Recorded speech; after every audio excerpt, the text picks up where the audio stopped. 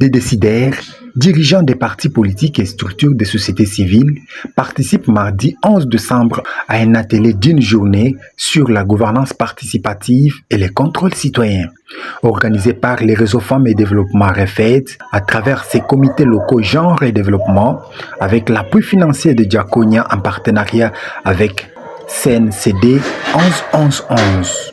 Cette activité a pour objectif d'outiller les élus et gestionnaires des partis politiques, les cadres de la société civile sur les mécanismes de la gouvernance locale des entités territoriales décentralisées afin de leur permettre de mener à bien le contrôle citoyen. Sébastien Bassois, le conseiller communal de Katoka, participant dans ces assises, prend acte de toutes les notions apprises et s'engage à faire une restitution à ses pairs.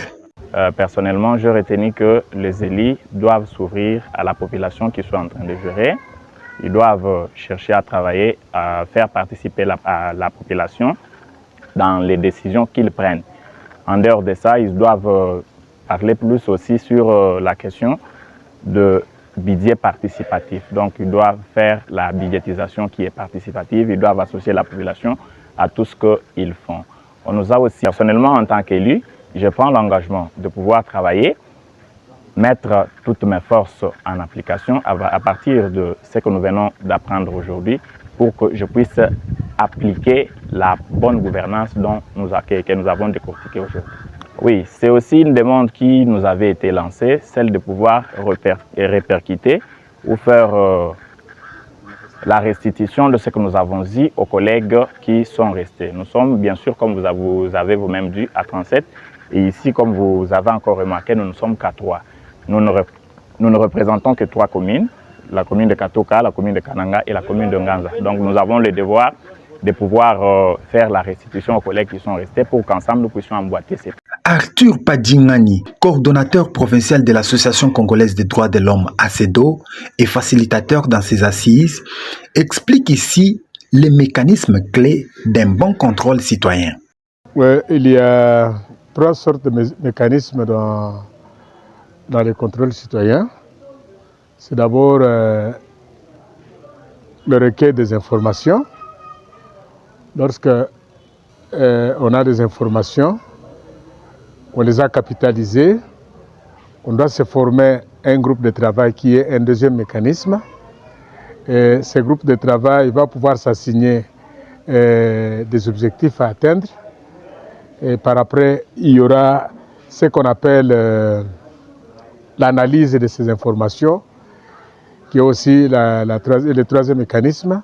Et puis par après, la diffusion du travail qu'on a opéré avec ces informations. C'est là les mécanismes qui sont prévus pour les contrôles citoyens. La première utilité que lorsqu'on exerce les contrôles citoyens, on a besoin de renforcer aussi les qualités de performance auprès de l'animateur de l'entité. Et par après, on fait évaluer son action sur terrain pour savoir si ça peut produire des impacts. Et au finish, on a besoin de connaître aussi comment ça se déroule, la gestion des fonds publics. Donc c'est de cette manière-là que nous avons tracé l'utilité du contrôle citoyen. Le même message que nous allons les adresser, surtout les participants, que ce n'est pas facile d'exercer la mission de contrôle citoyen, pour autant que certaines de nos autorités sont sceptiques par rapport à l'action de la société civile. Ils pensent que la société civile est accusatrice. Pourtant, la société civile n'a pas ce rôle-là. La société civile est composée des experts, des gens qui ont suffisamment de matière et qui peuvent aider à ce que là où c'est faible, on peut encore remonter pour que ça soit une force. Et nous leur disons que c'est un travail qui ne manque pas de risques, mais ils doivent tenir puisque lorsqu'on va baisser les bras, l'on va cultiver l'impunité, l'on va cultiver la corruption. Et aux autorités, nous allons leur dire qu'ils sont autorités parce que nous, populations, nous existons.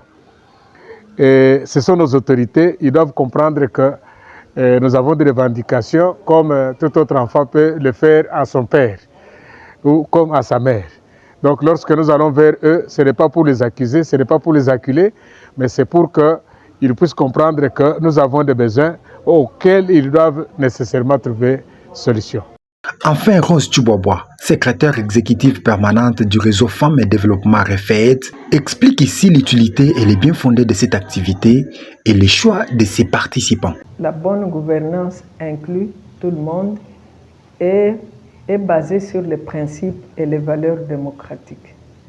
Donc, les valeurs comme la redevabilité, le contrôle citoyen, sont des valeurs qui doivent être d'application dans les entités territoriales décentralisées. Parce que ce sont ces entités comme les communes, les territoires, ainsi de suite. Ces entités-là sont des entités qu'on appelle décentralisées à partir de la gestion. C'est pourquoi toute la population est impliquée directement ou indirectement dans sa gestion.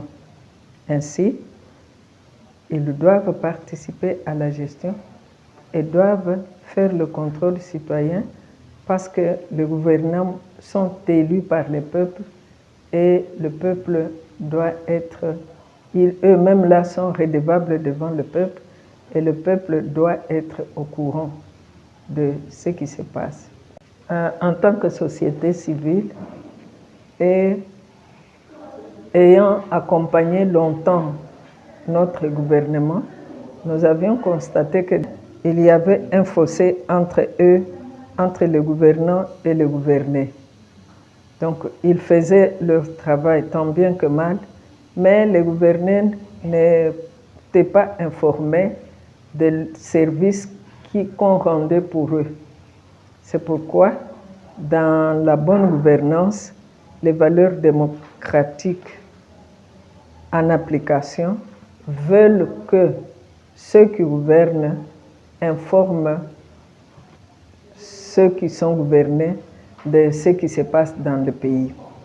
Et au cas où les gouvernants ne rendent pas compte, c'est pourquoi les gouvernés doivent faire le contrôle citoyen. Pas seulement à ces occasions-là, mais régulièrement, ça doit être une valeur incarnée dans le chef de gouverner parce qu'il s'agit de la démocratie.